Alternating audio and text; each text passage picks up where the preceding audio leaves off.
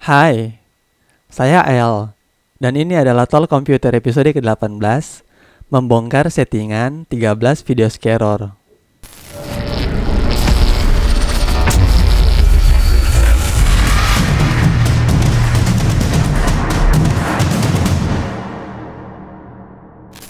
Beberapa hari telah berlalu sejak saya membuat surat terbuka untuk scaror.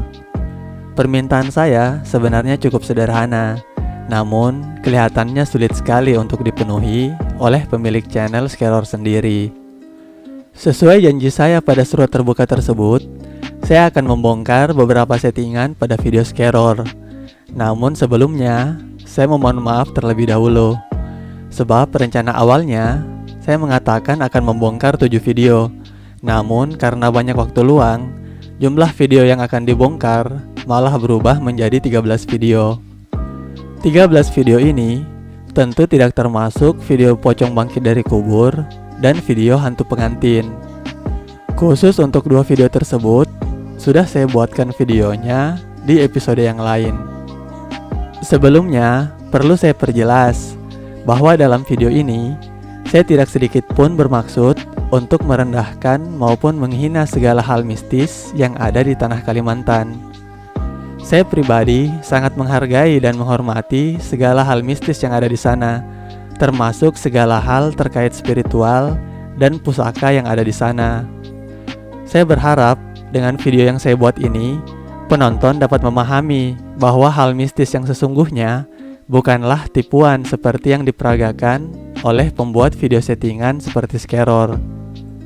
Sebelum masuk ke video penjelasannya, saya akan membuat beberapa disclaimer. Pertama, karena jumlah video yang dibahas ada 13, durasi video ini akan lumayan panjang.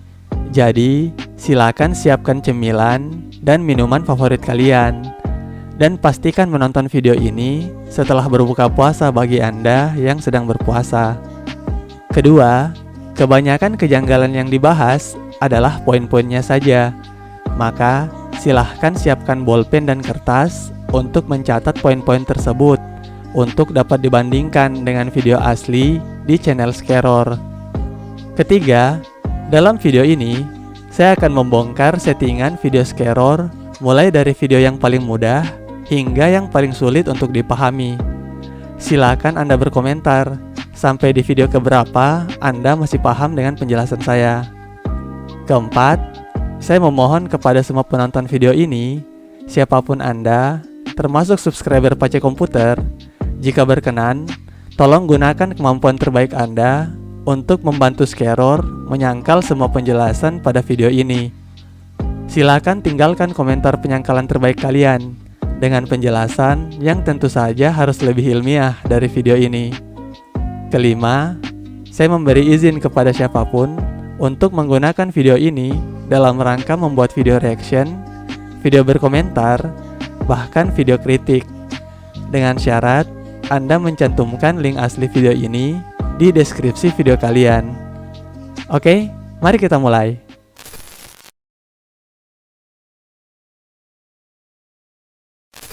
Video pertama, Hantu Mariaban Kalimantan, 1 minggu pemanggilan Mariaban hutan. Pada video ini, Kamaru melakukan pemanggilan kepada hantu Mariaban dengan membawa beberapa makanan sebagai sesajen. Setelah makhluk tersebut muncul, pada menit 44:21 detik, menit 44:28 detik, dan menit 44:48 detik, jika Anda perhatikan dengan seksama, akan terlihat jelas bahwa makanan yang diambil oleh makhluk tersebut bukan dimasukkan ke dalam mulut, melainkan dijatuhkan ke bawah. Hal ini kemungkinan karena gigi palsu yang merupakan bagian dari kostum menutupi mulut sepenuhnya, sehingga adegan makan tidak mungkin untuk dilakukan. Percayalah, kalian tidak tahu betapa susahnya makan menggunakan topeng seperti saya ini. Tambah lagi! Video kedua, Kuyang Kalimantan datang. Proses Mangariau Kuyang pengencar bayi. Dalam video ini, Kamaru melakukan ritual untuk memanggil Kuyang, salah satu makhluk yang terkenal dari Kalimantan, berwujud kepala manusia dengan isi tubuh yang menempel tanpa kulit dan anggota badan yang dapat terbang. Dalam video ini, ada dua kejanggalan yang dapat kita simak. Kejanggalan pertama terletak pada menit 6:35 detik. Di sini, Kamaru mengklaim mendengar jawaban dari salah satu sosok yang mengaku kuyang. Kalian perlu garis bawahi bagian sosok yang mengaku kuyang. Kalian perlu pahami bahwa istilah pocong, kuntilanak, bahkan kuyang adalah penamaan yang diberikan oleh manusia kepada makhluk-makhluk dengan ciri tertentu agar dapat dikenali. Jika suatu hari Anda bertemu dengan makhluk halus, saya jamin mereka tidak akan memperkenalkan diri dengan berkata, "Saya pocong," atau "Saya kuntilanak," atau bahkan "Saya adalah kuyang." Karena penamaan tersebut hanyalah panggilan yang diberikan manusia kepada mereka. Bahkan mungkin saja mereka tidak menyadari bahwa merekalah wujud yang dimaksud dengan istilah tersebut. Hal ini serupa dengan Anda jika melakukan perkenalan diri dan memulai dengan kata-kata, "Nama saya Kamaru, saya adalah manusia." Kejanggalan kedua terletak pada menit 8:30 detik.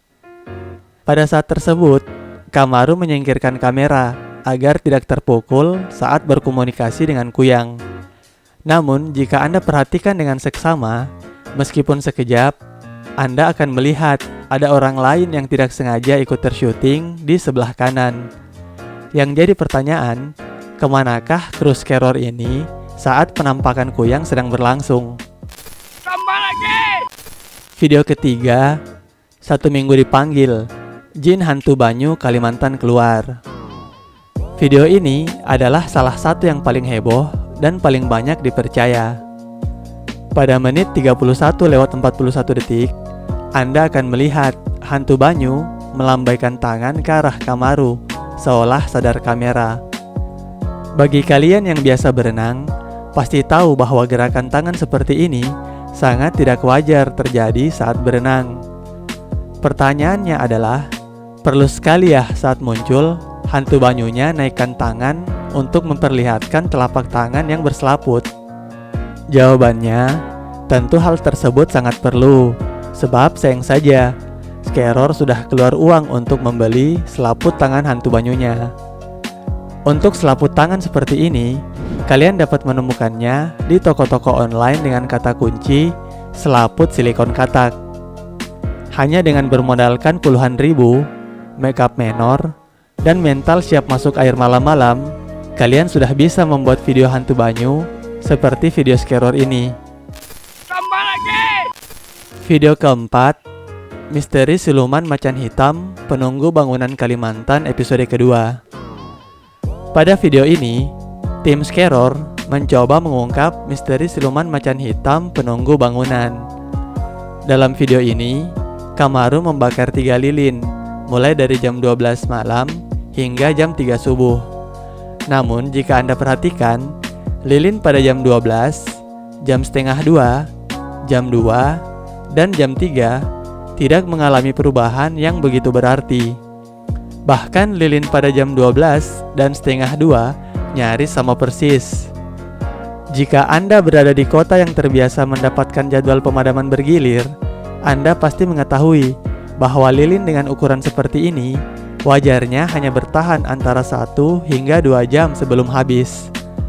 Dengan berpatokan pada lilin tersebut, video ini seharusnya hanya menghabiskan waktu syuting paling banyak 1 jam. Tambah lagi! Video kelima, Bukti Mandau Terbang Kalimantan, Interaksi Pemberian Energi Manusia. Pada video ini, Kamaru mencoba memperlihatkan bukti mandau terbang Kalimantan. Untuk penjelasan terkait mandau terbang, saya persilahkan kalian untuk menonton video dari Nyai Dewi Rantian yang berjudul Nyai Dewi Rantian Tegur Keras Channel Skeror Soal Mandau Terbang. Video tersebut seharusnya dapat membuka wawasan Anda terkait mandau terbang yang sesungguhnya. Saya sependapat dengan Nyai Dewi Rantian. Saya pribadi percaya dengan kebenaran mandau terbang dari Kalimantan. Hanya saja untuk video Skeror, Bagi siapapun yang menonton dengan akal sehat, akan sepakat bahwa pergerakan mandau tersebut lebih mirip gerakan benda yang digerakkan menggunakan tali dibanding terbang. Jika Anda ingin bukti terkait pembuatan video ini, Anda dapat melihatnya di menit 8:43 detik. Di situ Anda akan melihat dengan jelas tali biru yang terlentang di bagian atas dan cepat-cepat disingkirkan dari depan kamera.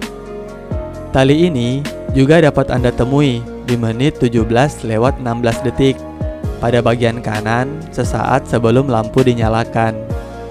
Selain itu, Anda juga dapat melihat sisa ikatan tali pada ayakan beras saat berada dalam posisi berdiri. Tambah lagi. Video ke-6, pembuktian langsung minyak pesugihan Kalimantan. Pada video ini, Kamaru mengoleskan minyak pada uang 100.000 dengan nomor seri tertentu dengan klaim jika digunakan, uang tersebut akan kembali lagi. Skeror kemudian memasukkan uang tadi ke dalam botol, dibungkus plastik, lalu dikuburkan. Setelah dicek, uang tersebut telah kembali ke tempat awal.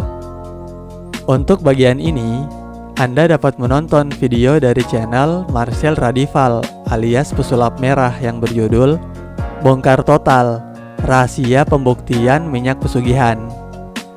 Pada video tersebut, harusnya sudah dijelaskan dengan lengkap bagaimana proses pembuatan video ini, termasuk trik bahwa botol berisi uang ditukar dengan botol kosong sesaat sebelum botol dikubur. Jika kalian butuh bukti tambahan, pada menit 11:35 detik, Kamaru keluar kamar dan pintu kamar tidak ditutup kembali. Namun, saat dari luar dan akan masuk kembali pada menit 18:15, pintu kamar dalam posisi tertutup. Jika video ini dibuat tanpa cut sedikit pun dan Kamaru tidak menutup pintu saat keluar, artinya ada orang lain yang menutup pintu tersebut. Selain itu, saat pertama kali keluar dari rumah pada menit 11:52 detik, Anda dapat melihat bahwa tidak ada sendal di luar rumah dan Kamaru memakai sendal berwarna abu-abu dari dalam rumah. Namun, saat keluar lagi untuk mengambil botol yang dikubur pada menit 20:13 detik, di depan pintu rumah sudah ada sendal berwarna hitam. Pintu yang tertutup dan sendal berwarna hitam ini adalah bukti bahwa ada asisten yang membantu dalam proses pembuatan video ini. Tambah lagi.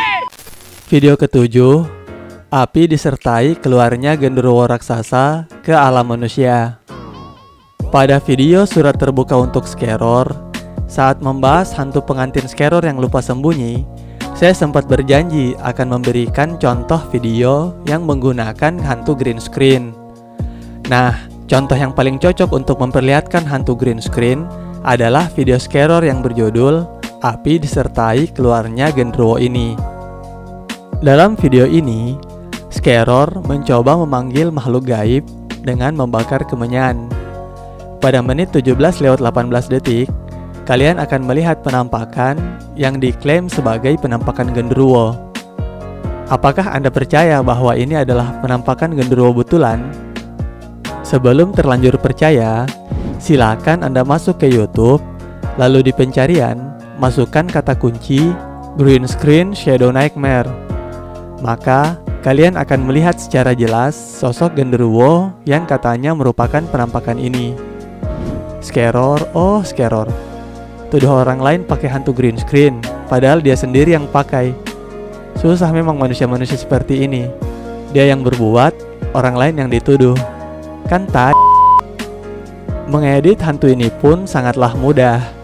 Anda hanya memerlukan video yang disyuting di malam hari dengan menggunakan kamera di atas tripod. Lalu masukkan video hantu green screen ini dan hilangkan warna hijaunya. Maka Anda sudah berhasil membuat video penampakan genderuwo versi Skeror. Tambah lagi. Video ke-8, mengejar dan mencekik siluman hitam pengejar telur orang Kalimantan. Pada video ini, Kamaru mencari sosok siluman yang dikabarkan sering mengganggu masyarakat. Pada menit 5:30 detik, Anda akan melihat penampakan yang diklaim sebagai sosok bayangan perempuan. Namun, apakah Anda percaya begitu saja? Seperti trik penampakan genderuwo, video ini juga dibuat bermodalkan kamera di atas tripod dan video hantu green screen.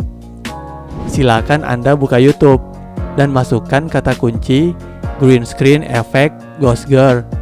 Lalu download video hantu dari channel Green Screen Effect. Maka Anda sudah menemukan pemeran hantu bayangan perempuan versi Scaror. Tambah lagi!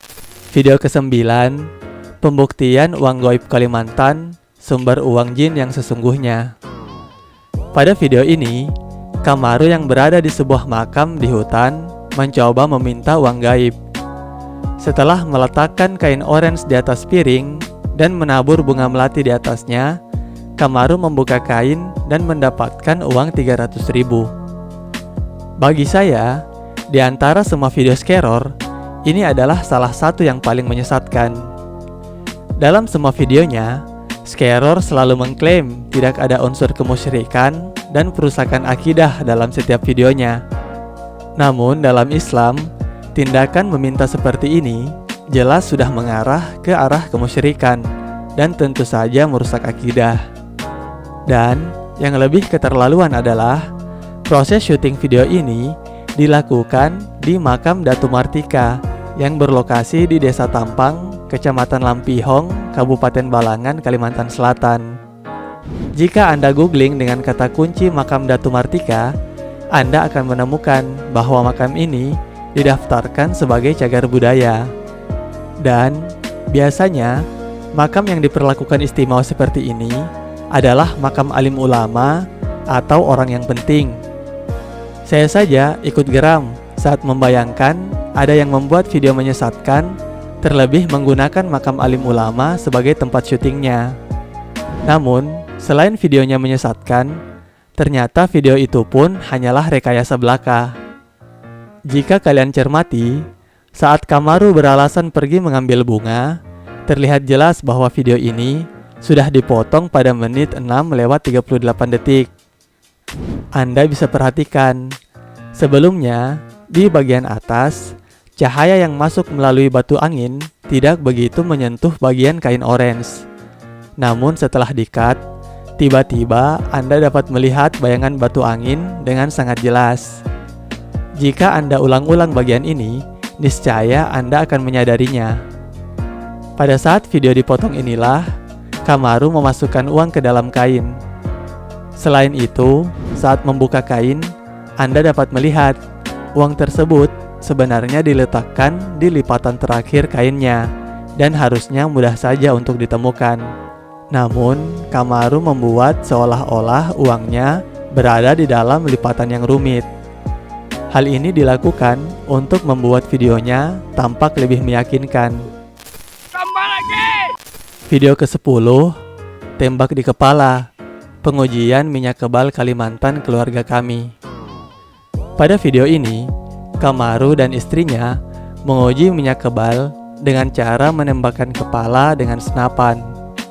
Setelah mengantongi minyak yang diklaim ada penunggunya, Kamaru ditembak di kepala dengan senapan yang terisi peluru dan tidak terluka sedikit pun.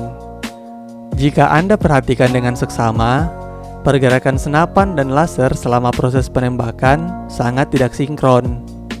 Melihat hal tersebut, kebanyakan orang akan berpikir bahwa video tersebut dibuat dengan mengandalkan perspektif kamera.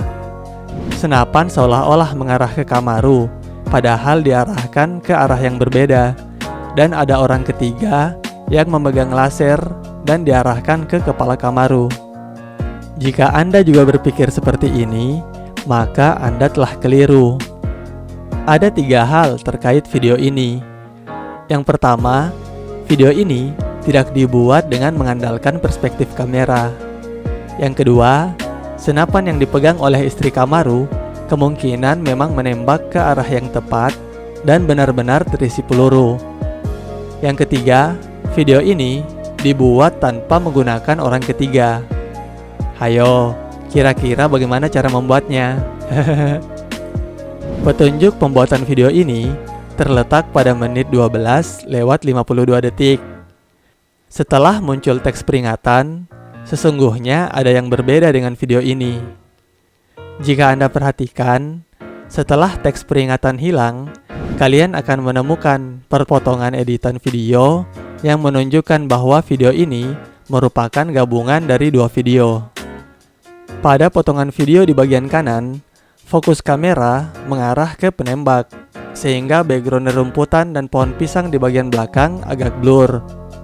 Sedangkan pada potongan video di bagian kiri, fokus kamera lebih luas untuk menangkap objek berupa Kamaru, sehingga background rumputan dan pohon pisang bisa ikut fokus.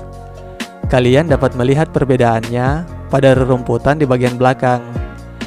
Bagian kanan tampak sedikit blur, sedangkan bagian kiri akan lebih jelas. Adegan video ini diambil dengan dua proses. Pertama, adegan menembak saat Kamaru sudah tidak berada di posisi.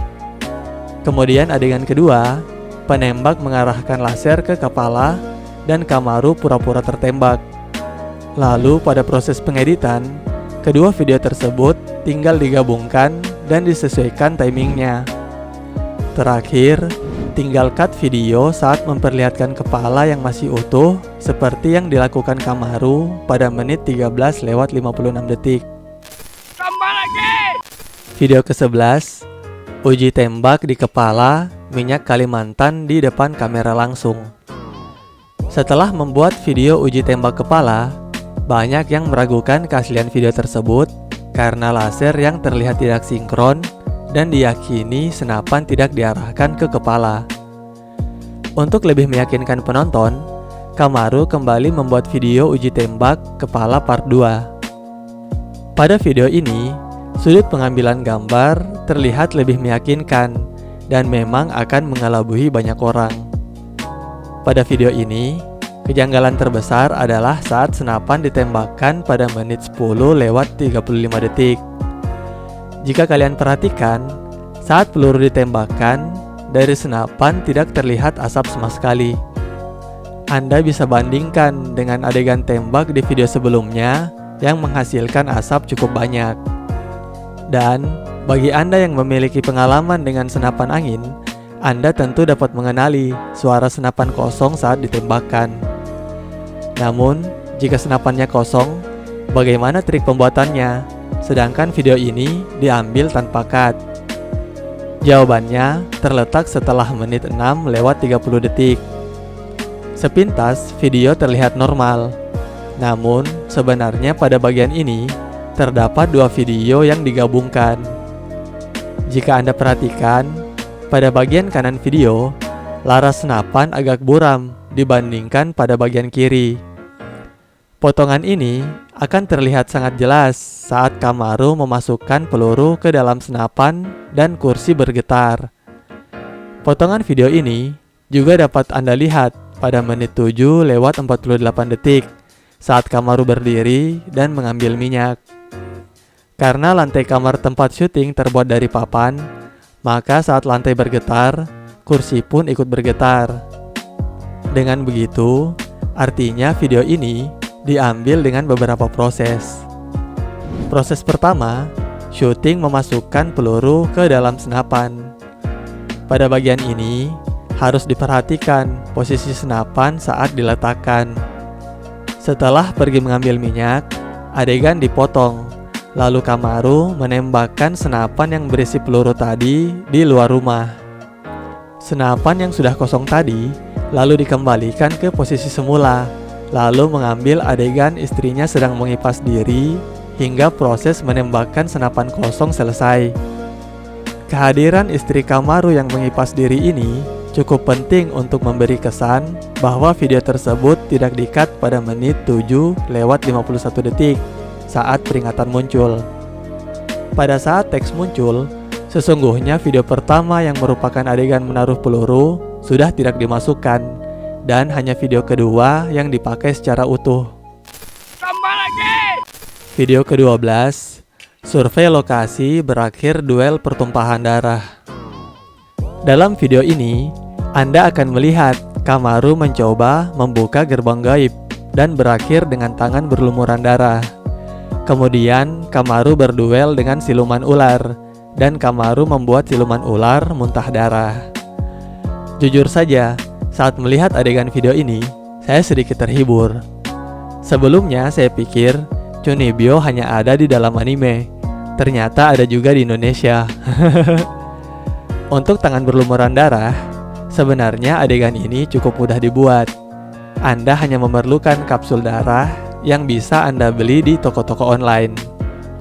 Untuk adegan duel dengan siluman, sebenarnya trik pembuatannya hampir sama dengan adegan tembak kepala, yakni potongan dua video yang digabungkan. Perpotongan dua video ini dapat Anda simak di menit 21:38 detik, dengan potongan video kedua berbentuk kotak di bagian kanan bawah.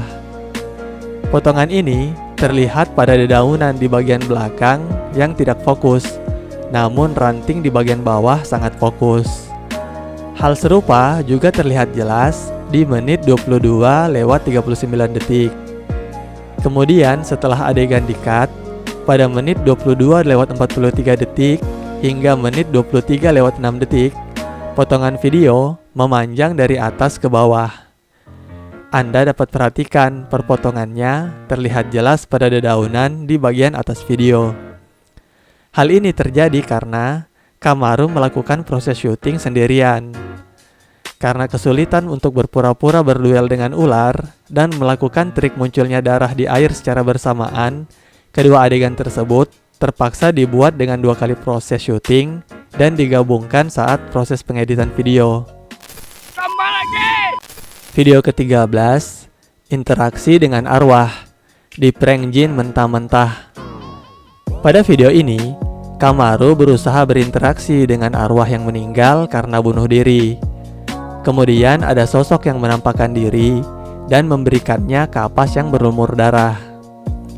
Penjelasan video ini sedikit lebih panjang, karenanya sengaja saya letakkan di bagian akhir. Pertama-tama, untuk mengetahui seseorang adalah penipu atau bukan, salah satu tolak ukur yang biasa digunakan adalah konsistensinya dalam berbicara. Kamaru ini adalah salah satu orang yang sangat tidak konsisten dalam setiap ucapannya. Sebagai contoh, pada menit 1:12 detik, Kamaru berkata bahwa rumah tempat syutingnya adalah rumah tua yang lama tidak ditinggali. Namun pada menit 3:14 detik, dirinya mengatakan bahwa kejadian laki-laki yang bunuh diri di rumah tersebut baru 3 bulan yang lalu. Bahkan setelah laki-laki yang bunuh diri tersebut, Kamaru mengatakan ada beberapa yang mengontrak dan mendengar suara laki-laki yang menangis. Dengan adanya orang yang bunuh diri dan yang mengontrak sesudahnya, otomatis Kamaru telah berbohong soal rumah tua yang lama tidak ditinggali. Kemudian, pada menit 6:17 detik, Kamaru berkata, jika nama orang yang bunuh diri dipanggil, batu akan bergerak.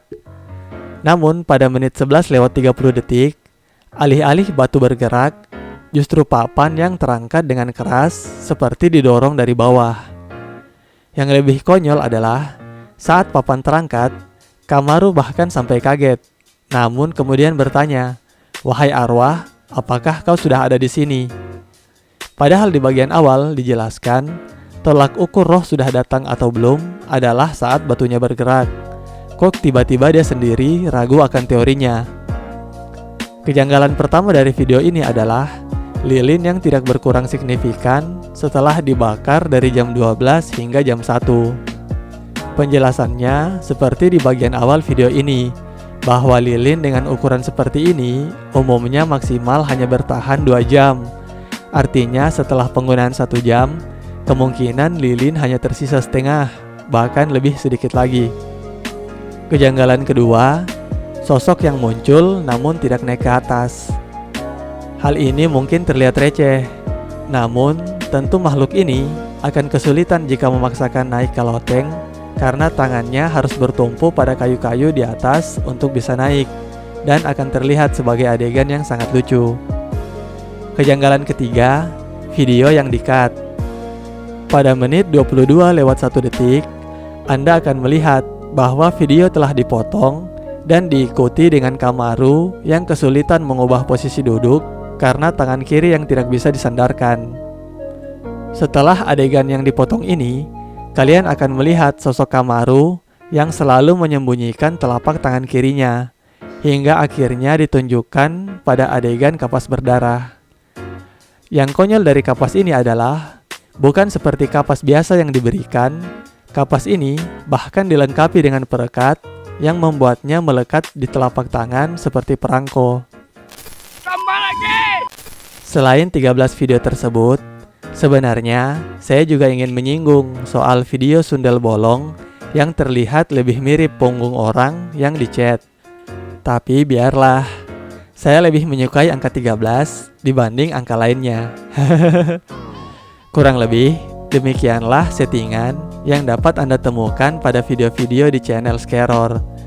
Silakan Anda tonton video aslinya, lalu cocokkan segala settingan yang sudah saya jabarkan. Jika diurutkan berdasarkan waktu penggunaannya, awalnya Scaror menggunakan trik hantu green screen, lalu berganti ke trik cut video, lalu akhirnya lebih mengandalkan konsep settingan seperti video-videonya saat ini. Seperti kata-kata saya di awal, Anda dipersilahkan memberi komentar terbaik untuk membantu Scaror menyangkal semua penjelasan di video ini. Saya pribadi berdoa, semoga setelah video ini, Scaror cepat menembus angka 1 juta subscriber, atau bahkan 10 juta subscriber pada bulan depan. Semoga juga video Scaror yang berbahaya seperti video uji kebal tidak dilaporkan sebagai konten berbahaya. Dan dari hati yang paling dalam, saya juga berdoa, semoga sampai kapanpun Scaror tidak mendapat masalah dengan orang-orang yang mungkin saja akan tersinggung dengan konten sesatnya yang membawa-bawa agama dan budaya Kalimantan. Bagi kalian yang menonton video ini, sampaikan salam sayangku ke Scaror dan salam hormatku kepada seluruh warga Kalimantan. Sekian Talk Computer episode kali ini, sampai jumpa di episode berikutnya. Bye!